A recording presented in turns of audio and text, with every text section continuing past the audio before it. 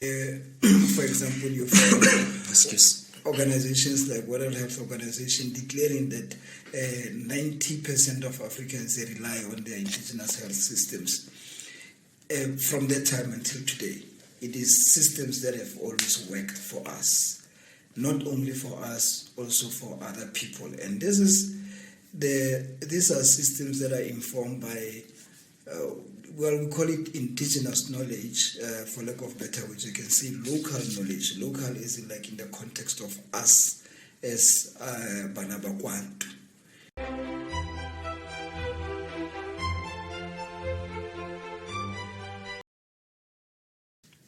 Yeah. Ras Pablo. Ora la ditseha. Ora la ditseha. Marasta itinako. Time is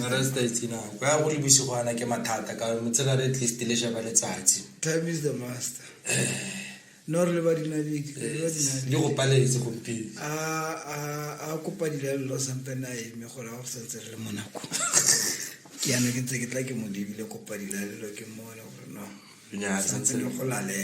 blessings. Yes, sir, man. Give thanks. Yeah, we're back again. Another installation. Before we even carry on, please do remember to subscribe, comment, share, like. Yes, sir. Yeah, man. Introduce yourself. Blessed, my name is Tsimani Mokhotsi, African title Ras Pablo.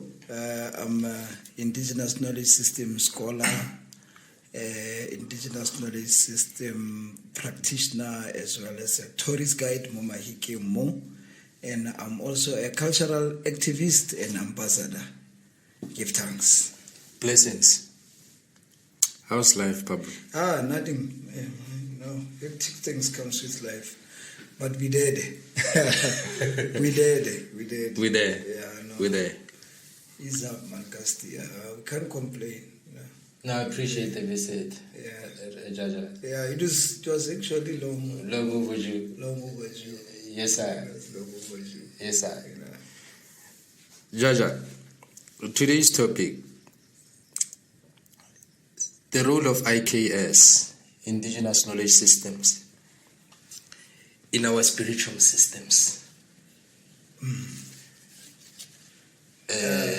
In our spiritual systems, the spiritual systems of Bantu.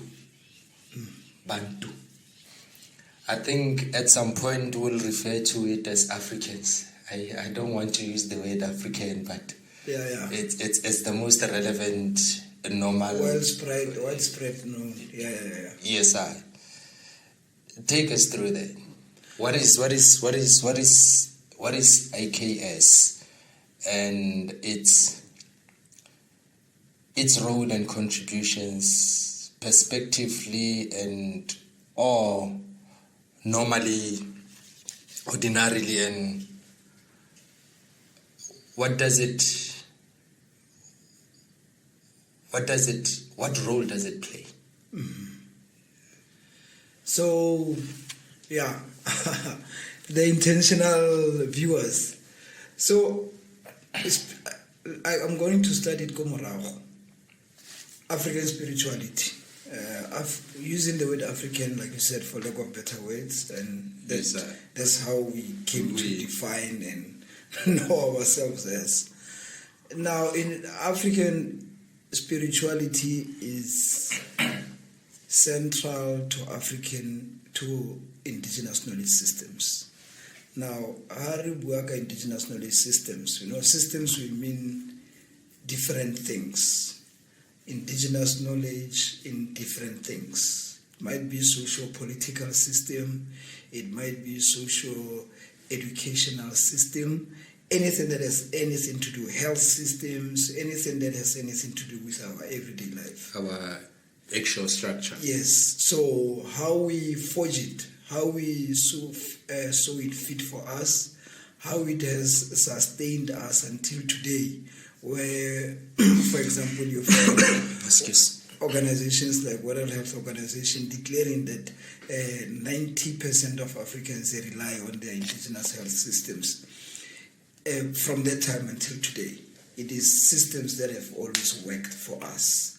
Not only for us, also for other people. And these are systems that are informed by, we call it indigenous knowledge, for lack of better words. You can say local knowledge. Local is like in the context of us as Abantu, which is not influenced, which is not borrowed, but which entirely come from us. Informed by the situations that informed by the environment that we find ourselves in. And by the way, there's a confusion. People normally confuse in traditional knowledge systems and indigenous knowledge systems. There's a thin line between. I would say within indigenous knowledge system there is traditional. In fact, you can't have indigenous knowledge system without traditional knowledge. Because, of course, my next question would be, what does it entail? In terms of, because we have culture, we have traditions, we have knowledge, in fact, language, we have what I would call belief systems, which is probably the glue between the cultures and the traditions. So, hence I said, there's a thin line between the two, because you can find the other in another, but you can't find the other in the other. So the basis of our indigenous knowledge system it's emanate from our traditions. But indigenous knowledge system, it's evolving with time. But it still remains a knowledge within us that is produced by us. Remember I said indigenous knowledge is informed by our situations and our environment that we find ourselves in. I'll make an example like Barulung. Barulung, how we work a history about they say they are from Norway. Now from Norway, they used to have a hammer and an iron as their totem when they were still in the Great Lakes in the Central Africa. And then migration backward. Not that they never came south. This was, there's another illusion that white people are teaching us. It's like we've always been there. We've never been here. We've never been But here. you have places like Kholisile Hlangwana, which are older than any other place. Egyptian, the Kemet civilization. Yeah, yes, older than the Kemet civilization. The Kemet civilization is it's the third civilization, or the fourth? The third. It's the third, actually. Yeah, it's the third civilization. So we are made to believe for a Gare, we've never been here, we came and migrated. And we know why the narrative. Or no, we came together here. We find us, all of us. When we came with the ships, we also came in down south. But anyway, the knowledge system, going back to Barulung, their movement to south, it was not for the first time they were coming here. It's like Hobuela Marubing. Do you understand? Now, in the process, it is said that they were facing extinction. The nation was facing extinction due to thirst. And then they saw this kudu, and then they followed the kudu, and the kudu led them to the waters. And that's how now they start to recuperate and whatsoever. Hence, now they hold it as their totem. Now, it's not traditional. It's evolving with time. It evolves from Tsipi, Noto, to the kudu, Tolo. So according to them, the kudu was the symbol of God, leading them into green pastures. Yes, if we may. Here's this. So with us, our knowledge has not always been stagnant and whatever, not moving forward like how it's been perceived today. Now, indigenous knowledge, why is it called indigenous knowledge? Because now it's no longer a knowledge that strictly emanates from a particular era. I don't like this word tribe, but tribe. Because Botswana, as we know, because we are originally Abantu. Yes. Ntu. So and we are one people. Yeah, the tribal thing and the separation of languages as we went and separated by geographical areas and adoption to certain conditions, to other environments. Yes, yeah. So that's what informs indigenous knowledge. It has the element of tradition. Remember where you are from. This is how we do things. It's traditional. It doesn't change the way, because now we are in suburbs now, you have to do it in another way. No, it is like that. When you go for Twasa, initiation, basic, it's like that. It's like that. You know, once we start using you must know we are talking about traditional knowledge, which is the foundation to indigenous knowledge. Now, indigenous knowledge will become, I like to make example with contemporary things. Dimpatata, you know, this senseless thing. Yeah. It's indigenous knowledge innovation. People who created those things were making wheels for the car. And then the local knowledge. Remember, this is the informed by environment and the situation. Mm-hmm. Now, we find ourselves in a situation which have this, in a situation of poverty or whatsoever. Yeah, because what people really get confused sometimes is our indigenous way of life and survival culture. Yeah. And today we celebrate more of survival culture as our indigenous way of life, without really understanding the original way of life, or how did we come about the survival part of things. And that comes with commodification and cultural misrepresentation. Also by spiritual hijacking of the colonial master. Over and above, our indigenous knowledge systems have an element of survival in it. Going back to Barolo, sighting of the good, survival.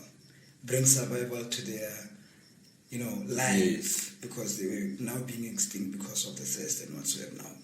Seeing this good led them to the water, they survived. And hence they adopted this good as their totem. Yes. And their spiritual key point. Yeah. But it always have to have link. It always, like you were saying, if our survival culture, we can't link it to our traditional. Hence we said it's basis is traditional knowledge. Anything else builds on that. Most of the people, they think traditional knowledge is merely about taboos and whatsoever. And they can't relate it to today's situations, like with climate change. And these are things that have been, for us, in fact, we wouldn't be talking climate change. If we had followed and understood the movement of nature, how... This is it. We adapt, we tend to... going back to the Kemet culture that we are talking about, the people who were living next to the Nile River, they use it as their calendar. They use the Nile River as their calendar. They observed when it was rising, when it was going down. They can actually be able to, make seasons out of that, out of the Nile River. That is why it's called the Nile River culture, because everything was informed by the Nile River. So our observation and it has always informed something. I'll take you to Limpopo. There's a lake called Funduza. I don't know if you know Lake Funduza. Funduza. In fact, the word Limpopo, it's not the... No, it's not. It's not the right word. It's not the right word. Yeah, it's.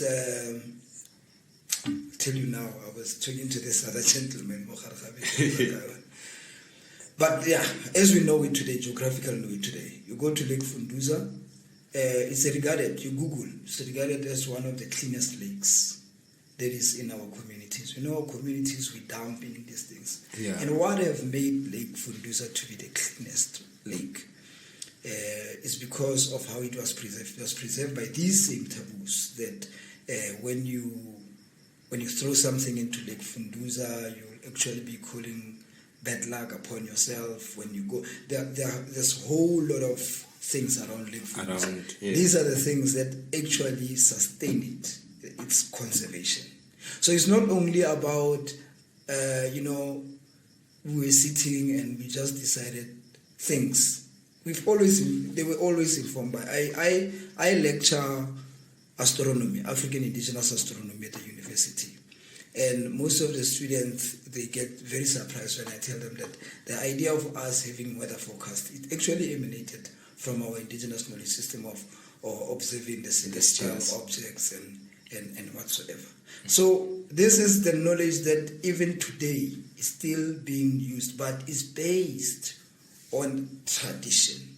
Somebody might ask, what is tradition? Tradition is the knowledge that was passed down to us by our ancestors and their ancestors. And half of the time it would seem like tradition, it can't be explained. In a sense that when you are told not to do something, because most of the time we understand tradition by the dons. Yeah, the dons. And then the do's. Yeah, and then half of the time we are the Y generation. And when we can't comprehend something in our minds, when we can't comprehend something, we reject it as nonsense and whatsoever. And then sometimes our mind is not prepared to can absorb such information. It's huge. Yes, because our way of life, it's hence the indigenous knowledge system.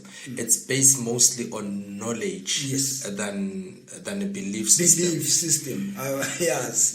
And actually, I wanted to say that earlier. I want to say we actually don't have a belief system. We don't have a knowledge system. We don't believe in ancestors. And as you come of age, you begin to understand the things that you could not understand.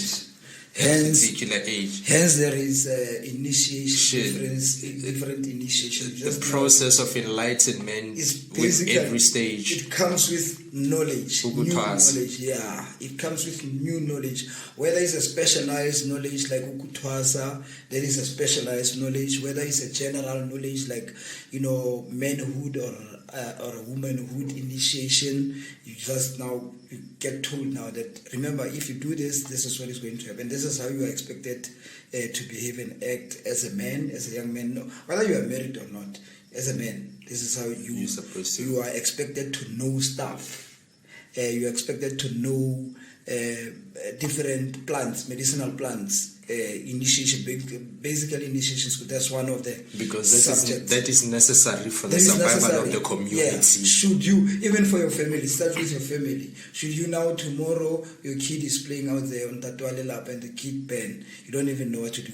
No, they teach you there's a plant called stimamolo, some type of elu that you apply on the kid and whatsoever. So this is it comes with and these are things that you can be taught when you are young. When you are still young, you wouldn't understand. You would ask a lot of questions. How does it, like how we do today? Most of us, we are grown-ups, but we are young because we are not properly matured. Yes, and our way of asking questions is based on trying to prove something wrong as opposed to understanding. Yeah.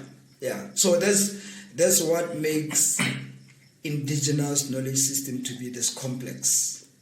Because it's not something to be argued with. You can't argue that your ancestors existed. You can't believe that your great-grandfather existed. You can't believe. You have to know. You have to know because you are here. Otherwise, in the year 4000, those who will be living in the year 4000, they will be denying your existence. But they are coming from your lineage. Directly from your loins. Directly from your lineage. But by the year 4000, people will say, no, there was no such person. There's no way they could live. Because what we do today as men, we are doing things for our kids. If you go out and establish a good name for yourself, it's not for yourself, it's for your kids. In future, your kids will be referred to you. And if you have good traits, whether your kid is a good kid or is a bad kid, but because of you, they might have a better chance of, but if it's the opposite, then that's just, even if the kid can be a good kid, but it's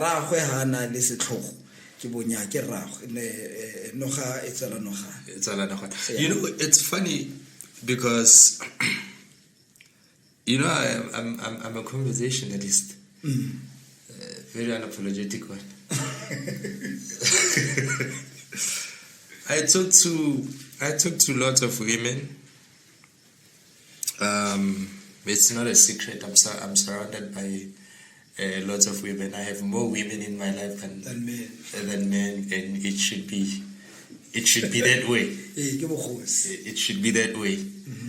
And women, without even having the depth or understanding the depth of what they say, they are more inclined or moving towards rather having children with I'm just gonna throw this word randomly, a high value man. And I think you understand what I mean, not in a conventional way, but a high value man. They would rather have a child with a high value man than have a child with mostly the guys that they are with. Happens to be probably the guys with the money, the guys who are socialites and stuff. And I always ask a question, why is that? Why are you willing to compromise yourself to have a child with somebody else but not the person you are with?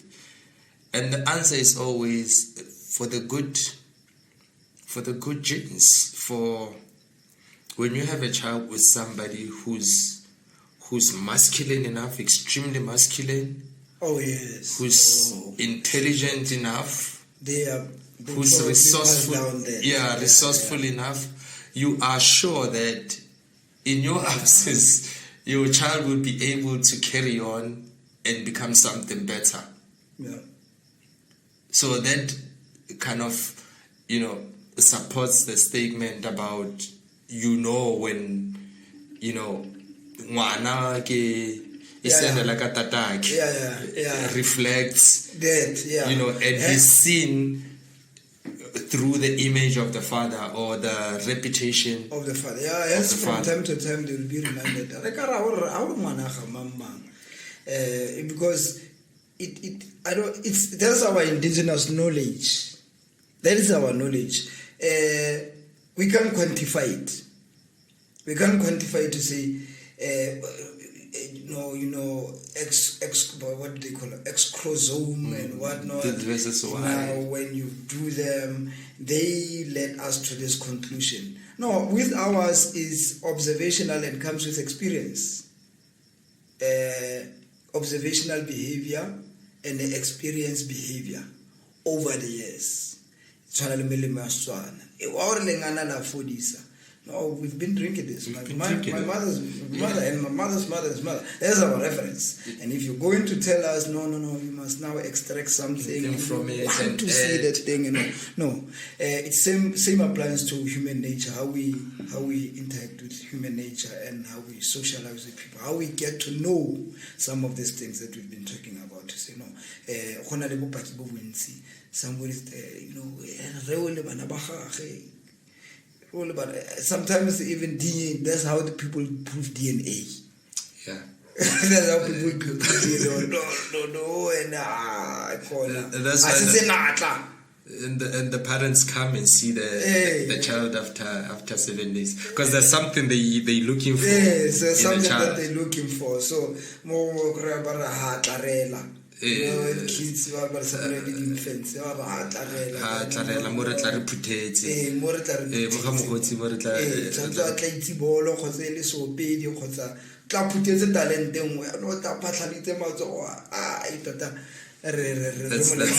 that's not ours. Now, dance, song, and language. These are regarded as some of the most important elements of our knowledge systems or our way of life as Abantu. Why? What role does dance and song and language play, and why are they so important? So the first expression. And this is to also allow you to have a spiritual explanation or approach to it, in terms of prayer, such and such? Yeah, so the first expression of culture is language. Arlem Africa and we are quiet. You walk in a room, you can distinguish who's Mxhosa, who's Mzulu until we speak. But is that important in terms of distinguishing who's Xhosa, who's Zulu, who's Tswana, who's... Yeah, I think my statement was just to make a point that the first expression of culture is language. All right. And how is language the first expression of culture? So that's just what I'm coming from. All right. In a sense that language, it's something that we inherited from our ancestors, our foreparents. They also inherited it. And it being inherited, it was at some point innovated. Words were coined.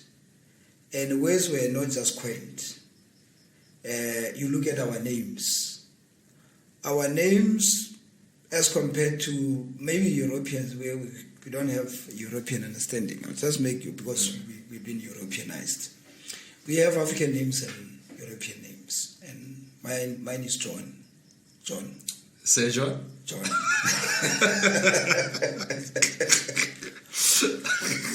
But my African name is Timane. Mm-hmm. Now, this is a name that I inherited from my great-grandfather. And it means boys. Not that there were a lot of boys. It was, the way they explained to me, it was in a sense,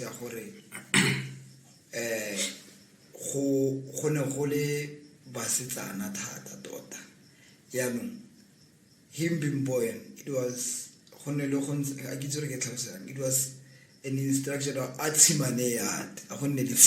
It was the first, he was viewed as the introduction. So he resembled the absent Basimane Banzebasio. He embodied all of that now. And now he's going to, and that's exactly what happens. After he was born, he gave birth to a lot of sons and so on. Now, Kikele, I'm trying to just get to how we get to have language and the words. Our names, like I said, they have meanings. Even our surnames, they're just not names, and they have meanings. Unlike if you can say that somebody's Gerard, it's just a name, man. Do you understand? Nothing to it, yeah. Yeah, it's nothing to it. So, even I would attest with you, when you named your children, all of your children, it was not just naming. You didn't just name them because now you have this privilege that you are a father now, you can name now. They were informed by something. They are always informed by something. Whether it's moments, whether it's a wishful thing, like with the case of my grandfather, Timani, wishing for more boys, Timani, or whatever case, there's always meaning to that.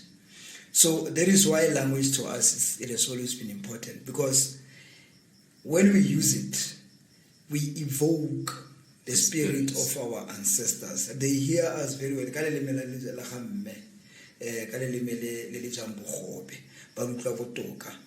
that is why, even if you consult from traditional healers, the first thing that they will do is either they will recite their own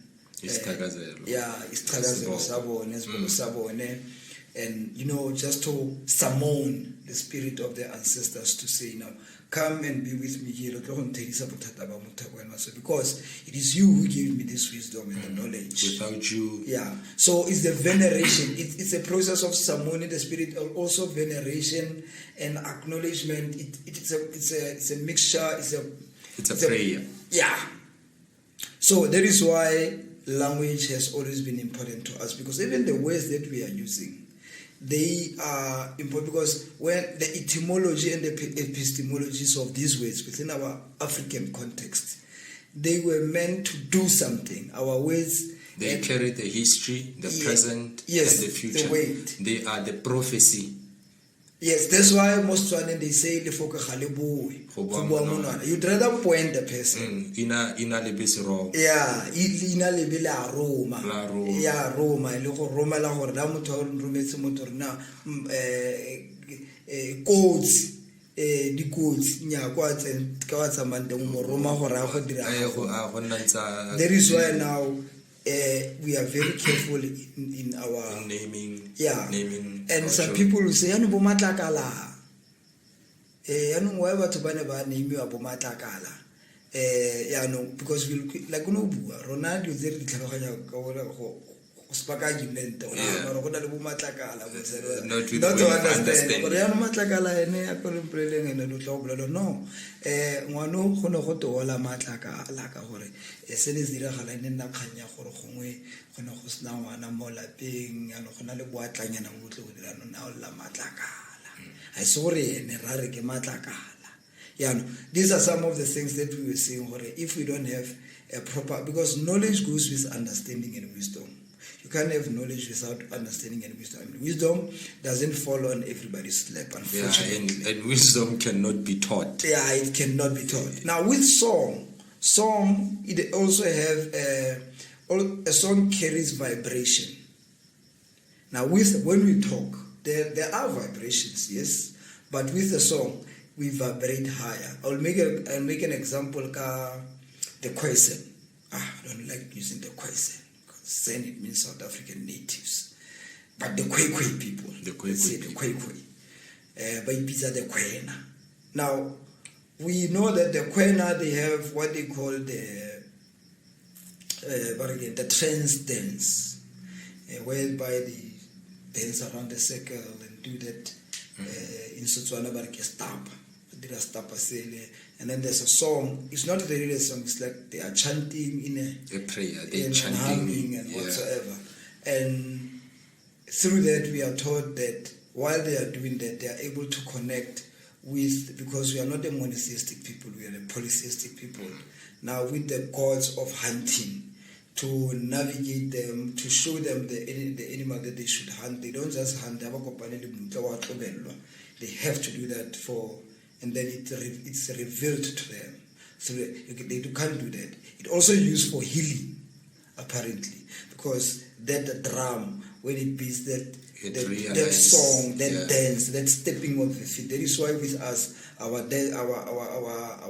singing and dancing, it includes stepping the feet and clapping the hands, because they have to be rhythm, there has to be energy, there have to be vibration. Now, we send. In Rastafari, they say word must sound with power. Now, the word can go out, but without power. So when you send it out with power, you have to put in the vibrations in it. That's where the song come in. But when an African, these are vibrations.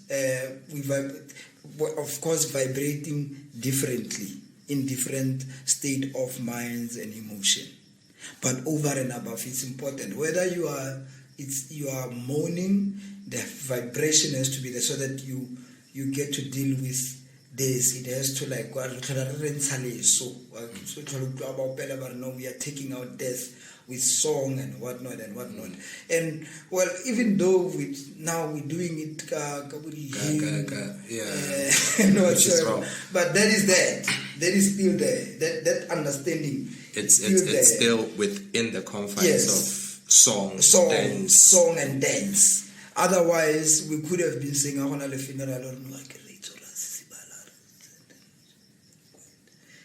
but we don't have that. We sing.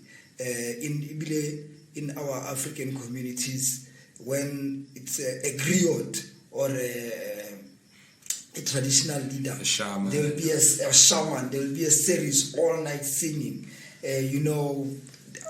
Just like when there is initiation, just like when there is lenyalo, and every whatever rite of passage that is there, it is followed by a song, it is followed by a dance. It's very important. How a traditional healer there is that you are taught, part of the initiation, you are taught how to dance. You don't just dance how you feel the drum is going. No, we are guitar. This guiting, it evokes, it connects us also, it connects us with the spirit of the earth. We become connected. It's something that you are taught that shows that it's very, very much important. And in everything, initiations of rite of passage, you go to manhood initiations, same thing. Dance as well. It's very central to us. It's not an issue of entertainment to us. Of course, it brings entertainment for the viewer. But for the person who's doing that, it's not really about entertainment. It's about healing, like I said, with the Kwena. It's about, connecting with the spirit of the wild to guide them, to show them the animal.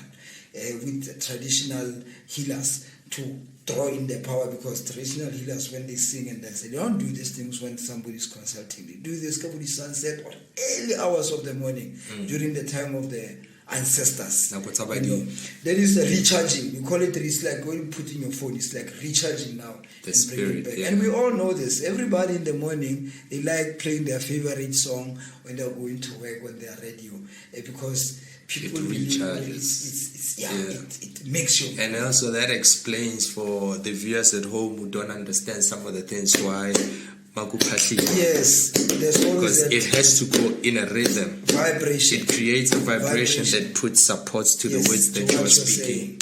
It's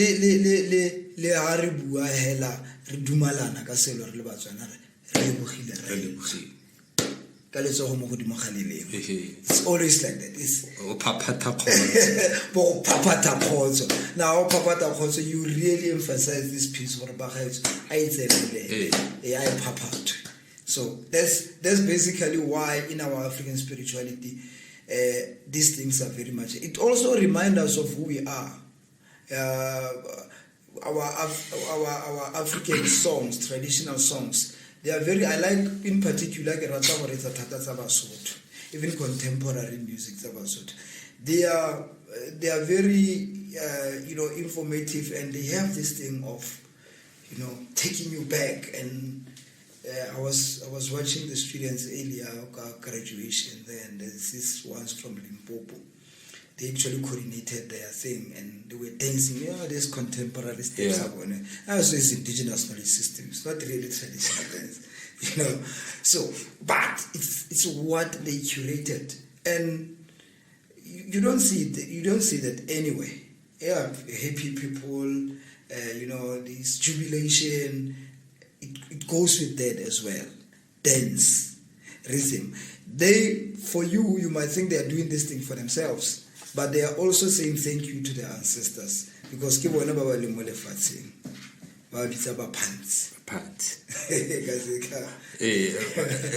the concept of madlozi, it's very much misunderstood. But I think also because of the idea of heaven. Yeah. So now we want to differentiate. We look at it as a directive, like a direction. We're talking about Khudimo is there. But they don't really understand the word Badimo or the Sidimo. It's an exaltation of those that sits above. Yeah. No, you see, and it's very interesting that you should mention that, because I was talking about the perversion of our African spirituality by the London Missionary Society. Specifically, this man who's been renowned as a historical heritage, Batlaping Bariki Robert Moffat.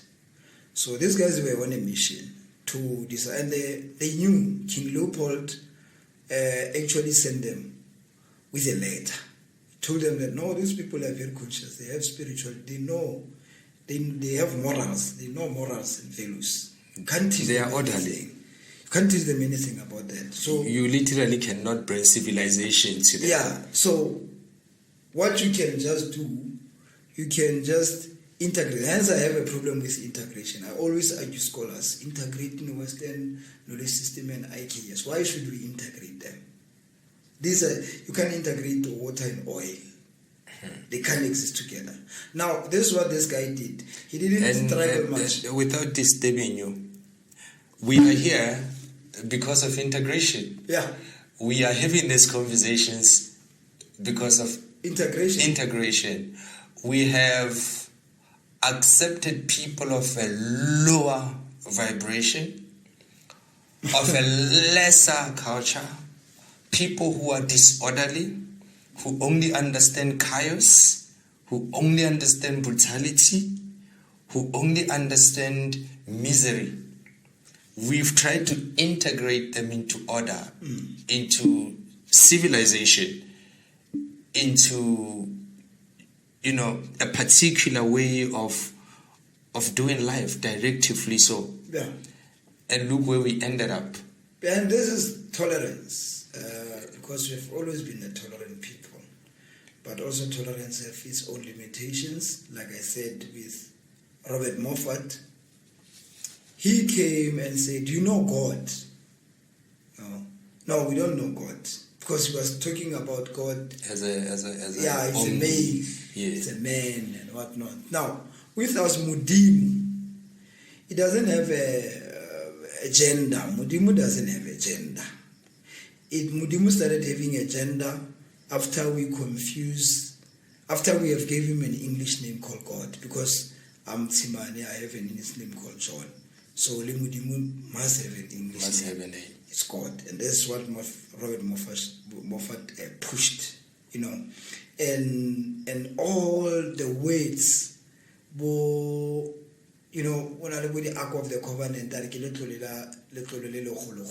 whatnot. So there are a lot about tapelo. Now tapelo to us, it means something within the context of Christianity. But this is not a Christian word. This is an African word. This is our way of life. Yeah. Tapelo, it's a word that describes a life of an ever-connected practice. That is why we never had a day. That is why we never had a building that we set aside and say, no, this is for worship. A day, that is why, no, this is a day for worship. It's because the tipi are kereke.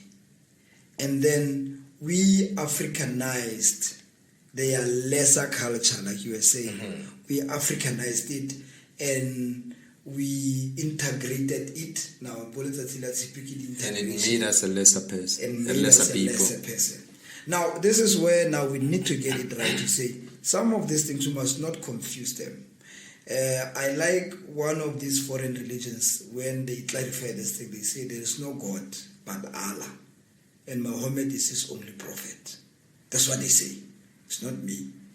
There is no God, because when you ask them, what is Allah? They don't refer to Allah as he or she. It's a spirit. So this is why they say it's not God, because God is a father who impregnated a young virgin and had a son and what. No, Allah didn't have a son. Now, talking about that, because research shows that when Mary was pregnant, she was like, what, 18 years? Well, it says she was very young. Yeah, very young. She was, that's where now the rape culture comes in. How are we not calling out the God? No, it's an immaculate birth, spotless with no sin and also. So everything that has been done by the God of the Bible, and it's even though he sanctioned that those things should be done, it shouldn't be done. If they are done, you must know that you are evil. He did them, like killing them. He killed a lot of people. He robbed people of their land of Canaan and led his favorite people there. He tried to settle scores with the pharaohs of Egypt by killing their sons, the unborn babies, the newborn babies, who were blameless and whatsoever. So I normally tell people that the God of the Bible is a very violent God, and it's not a God that we as African if you put things, not being emotional or whatsoever, if you put things that doesn't have any characters of an African, your father cannot be jealous of you. He understands very well, this is my creation. This is my son.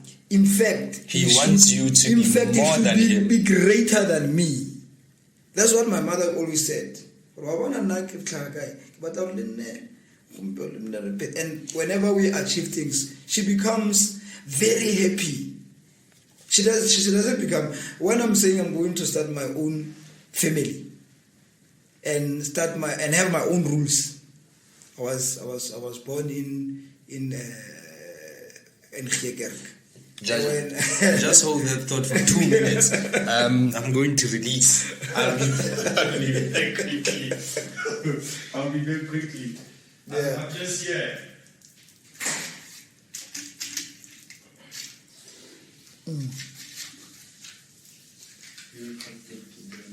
Yeah. Yeah.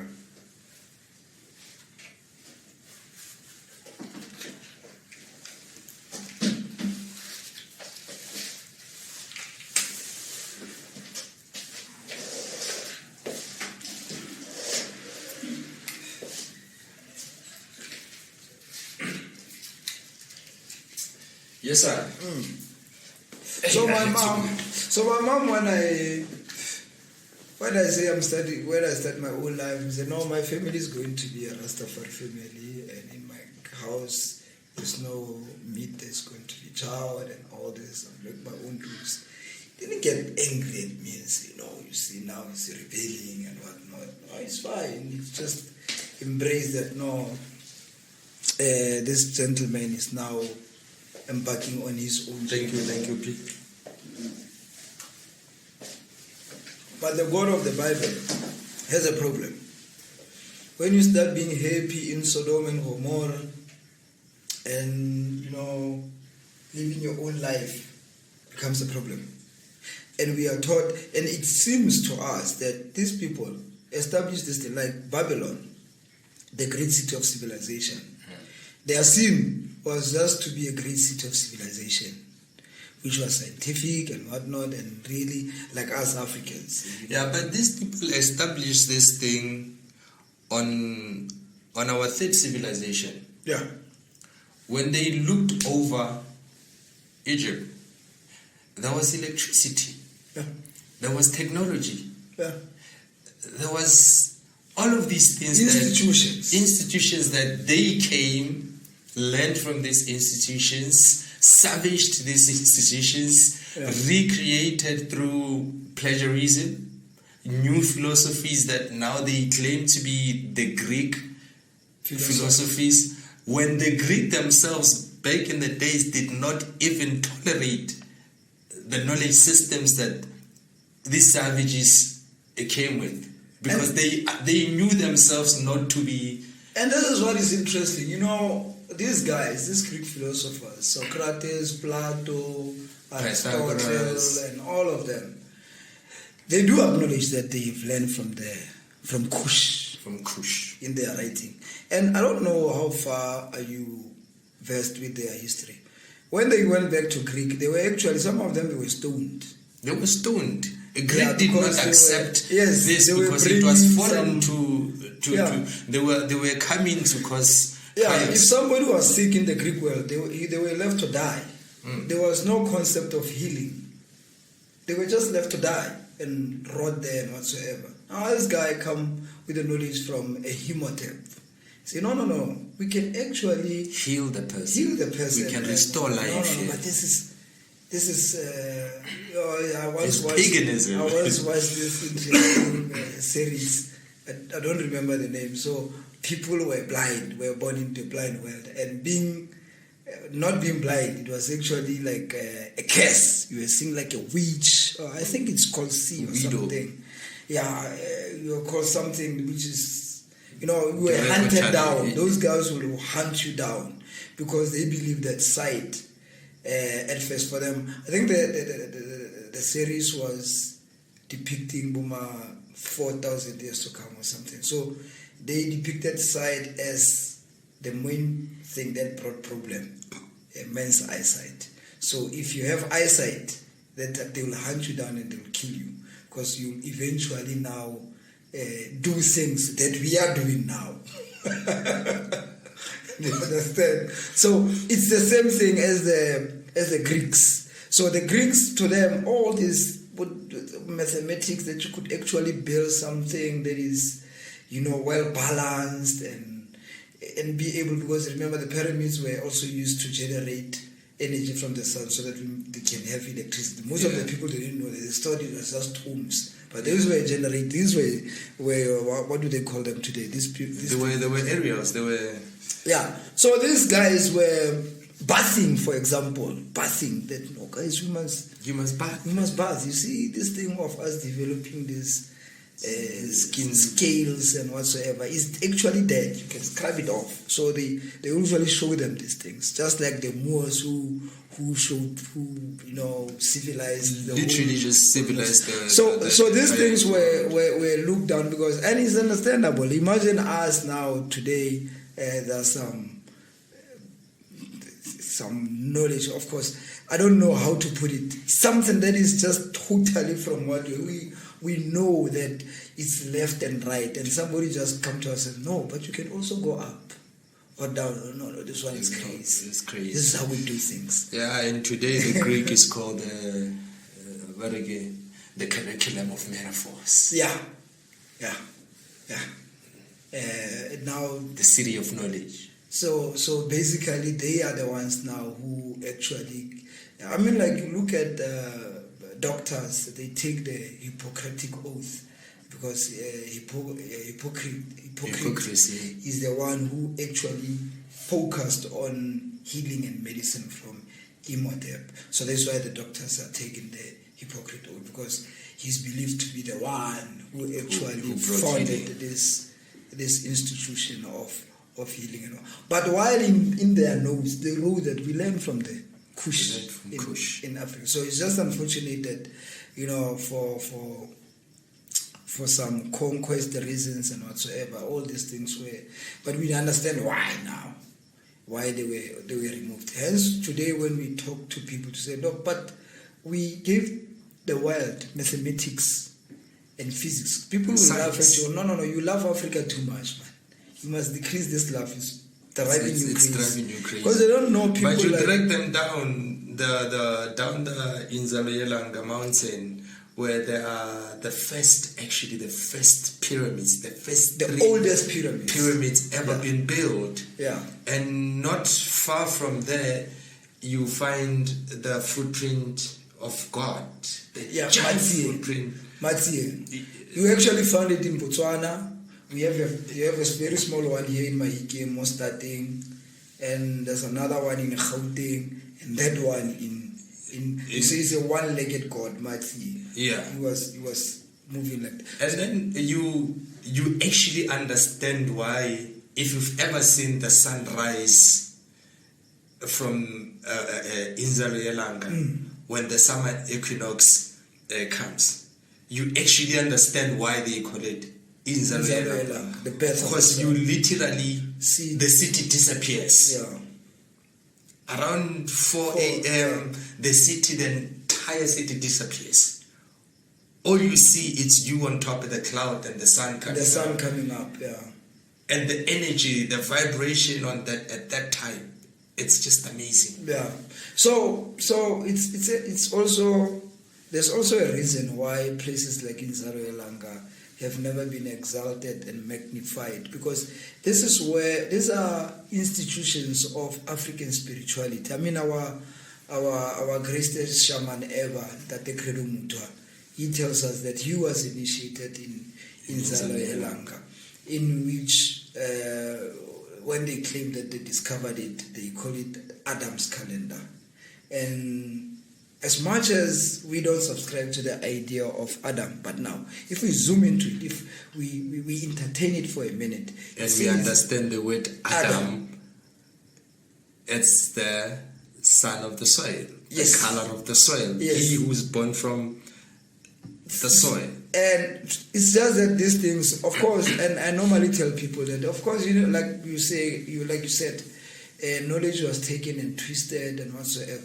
Of course, if somebody make fake money out of original money, that money simply because it was made from original, it looks almost like original. Yeah, it looks almost, but it's still fake.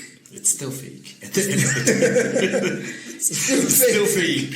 Yeah. So this is where we need to understand these things, because most of the people, they argue that no, but remember that this whole religious system, it was stolen from us. And I'm asking, did we have a day of worship?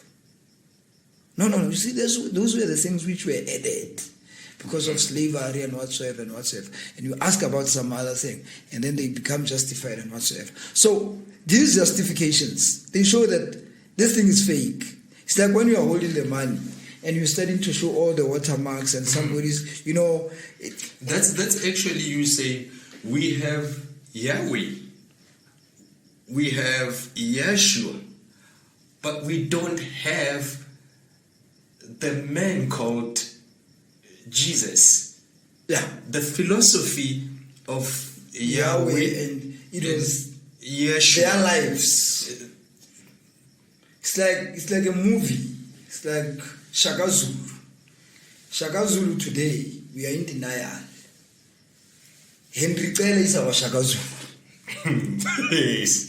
Henry Cele is our Shaka Zulu. Because Shaka Zulu does not have a face. Because the only face that we know of Shaka Zulu is Henry Cele. So, and it has been like that for years. We have seen this movie of Shaka Zulu for years when we were growing up. But we know Buhinza. So we know Busol Plug. Yeah. They have images. They have images. They have faces. Yeah, they have faces. You can put a name to a face. So this misplacement of face and character, it's a problem. Like as you were saying, there was a movie of a man called Jesus. I mean, a character is something that doesn't exist. You make it. Make a character, and you borrow the life of Gasti. You borrow the life of somebody, and you give it to this character. You put all these characters together into this character, because there's something that you are pushing, probably for the good, humanity, kindness, and whatsoever. There should be an epitome. This character that you are building should be an epitome of these things. It doesn't make it. They must look at it as their moral value. Yes, as their moral value. Our problem comes with the color. So now, why does it have to take a color of people that we know historically they didn't have moral values, like we said yesterday. They don't have structure. They don't have knowledge. They are lesser people. In fact, they are just scavengers of. They actually don't have a system. They actually don't have a system. They don't have a human system. So now, why do you have to take these people and project them? We don't have a problem about creating a character and giving it life and whatsoever. But we have a problem with the image of the character. Why? Why do we have a problem? Because we know that this image, it doesn't stand for nothing. It has never stand for nothing. Why is it important that it should be given these attributes, which are not even of its own tribe? Its own tribe, its own origin, its own brainchild. And it's something that is still happening today. I saw this other time, some years back, they said they were fighting. I think there was a movie, Nelson Mandela, and then they got an actor from America. And people were up in arms. Why? We have good actors in why? Those guys, Mandela was a South African. I mean, if you get as an African actor, you would be able somehow to portray the locality in the character. If you take somebody from Hollywood, doesn't resemble the true and whatsoever. That was the image. But now we're not contesting this one. That has now came to be used to colonize us, to conquer us, even today. When there are no physical shackles are still there. Mental shackles. You get offended when you spit at that picture. People get offended when you step on. Even the name itself. We are the only people. You go to South America, soccer players there. Jesus, remember. Here in Africa, you can't even name. We are the biggest believers, but you can't even name your child Jesus. Judas. Or Thomas, the one who didn't believe Jesus at all. But for you to call him Jesus, no. It's something else. Yeah, now those guys in South America, they don't care. Jesus, it's just a name. He's a drug dealer. So that just shows how foreign idea. I wouldn't say spiritual, because Western, I wouldn't say even Western system or culture, because they don't even have a cultural system. Well, let's say a system, for lack of better, a system of destruction, system of ravaging and whatnot. That system, it doesn't have any of the attributes that we as Africans, we are born with. Hence, in the first place, when they came in suffering from scurvy disease, we didn't see them as dangerous people or whatsoever, or people that can be subjugated. So, what let us get? Take them and enslave them here and whatsoever. No, because it was not. Now, today, these are the people who are telling us about human rights, when they've actually suppressed our African spirituality. Well, people now are caught up in floods. Now, I was with this other elder the other day, he's an indigenous knowledge practitioner, and he told me we've been experiencing heavy rains. He said they did warn about these things, because I don't know if you remember, during the start of the year, there was a point where a crescent moon was like upside down, and then there was a star in there. And then prophets of philosophers and prophets, they were saying, no, it symbolizes a very good year. And it stayed like that for a couple of days. Yes. And now these indigenous knowledge holders and practitioners, they did warn and say, no, this star, I can't call it Venice, but it's actually pouring into the moon. When the crescent moon is like this, so there's going to be a lot of rain. A lot of rain, we interpreted it. And now these things are happening in January. And then we are trying to connect it with our African knowledge system. But January is not the start of our year. It's not the start of our year. To start with, it's not the start of our year. So we can't connect these things. For no, I wanna January. Therefore, our whole calendar is a fraud. It doesn't exist. Something that doesn't exist. Yes. So that's how we the horoscope. They confused us, and then we interpreted things in the wrong way, and we don't even wait for people who actually have been observing these celestial bodies and having knowledge about it. The thing is also the refusal to understand the movement of time. Yeah. Yes. That's where the biggest problem is. The refusal to understand the movement of time. The movement of time, and to understand the positions of the cardinal points. Yeah. North is not where we are taught for the like this. I usually tell people we actually on the north. Yes. That's the reason why that's a statement when they say everything goes south. Yeah. No, if things go south. If things go south. It's because those who bring havoc comes from the south. They dwell from the south. They come down to the north. And in the south there is nothing. I mean, it's just ice. There's no prosperity. That's ice. Now the north is where the sun is supposed to be hovering. Yeah. And we are the people of the sun. Now you have to explain, why are we the people of the sun, the children of the sun? Why are we on the higher altitude?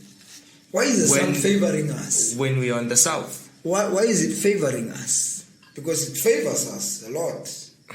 It favors us. So our African spirituality, that is how it was attacked. Because it is not a standalone. It's intertwined. We have spoken about a lot of things. We've spoken about calendars. We've spoken about time. We've spoken about agriculture. We've spoken about social politics, colonialism, slavery, and whatsoever. All these things, they boil back to the disturbance of African spirituality, because it, like I said when we started talking, indigenous knowledge systems, that's why it's called indigenous knowledge systems. It's different systems, but they are all connected. So if you dismantle this thing, you dismantle the political, socio-political system, it withers and vanish. Our education system vanished and whatsoever. All these things are informed by our spirituality. On that note, Jaja, in just less than 2 minutes or so, remedial measures, end results, and we call it a day. I don't know if we can, but we need land. Well, land is one of the things I forgot to mention that, because without land we can't practice our African spirituality. We buy sheep from white people and we slaughter them for our ancestors. I want to ask the difference between land and terrain, but I think I'll reserve this for the next episode. Land, for the next episode. But land, it doesn't mean the soil. This solid soil and stuff. It means even our space, where we are, everything, even our own self. Because we are, like you said, we are the people of the soil. So we are one. We are one with the land. So once that is in place, I think our African spirituality can, and if our African spirituality is intact, then everything will start falling into place. Our African social political system, our African educational system, our African healthcare system. Now we won't be having body prostate cancer and whatnot, and all these things that we are experiencing today. But in absentia of that, because also it's centered, like I said, it's centered on land. Land, it has everything. We spoke about vibrations. They come from the our land. Ancestral spirits are in the caves. Now you go to what is this? Kaditsweni. Kaditsweni now is divided into farms of white people. And you have to pay to enter holy grounds now. Yes. You have to pay white people to enter holy grounds. The very same reason Barolomba City is because of the Molopo Uoch, the fountain of where Molopo River runs. Right. Now it's been privatized to white people. And then we think, because our rituals are connected, our African spirituality are connected to these elements: water, caves, mountains, forests, and whatsoever. Now, if you have game reserve that lock people out, you have spaces like they become now tourist sites. We become like elephants in the zoo. We exist, we live, but we are not in our environmental habitat. We can't even do things that we are. That's why the elephant, they can sit on a stool, conduct, just do things which are not lion or elephant like. So that's basically what we are. We are doing everything that is not African-like, as it is, because of the space that we are acting. We are acting, and actors. And this script is not even written by us. Jaja, on that note, don't forget to subscribe, share, comment, and like. And also remember, when you're talking about your spirituality, you cannot exist outside your spirituality. Your spirituality is your way of life. So if you are going on about your life in absentia of your spirituality, you are not within your natural way of life, of existence. Your natural life, your way of life has to be, or has to come from your spirituality, has to be informed by your spirituality. On that note, we give thanks. Blessings. Blessed love. Yes, give sir. Thanks. Yeah, man. Unintentional truth.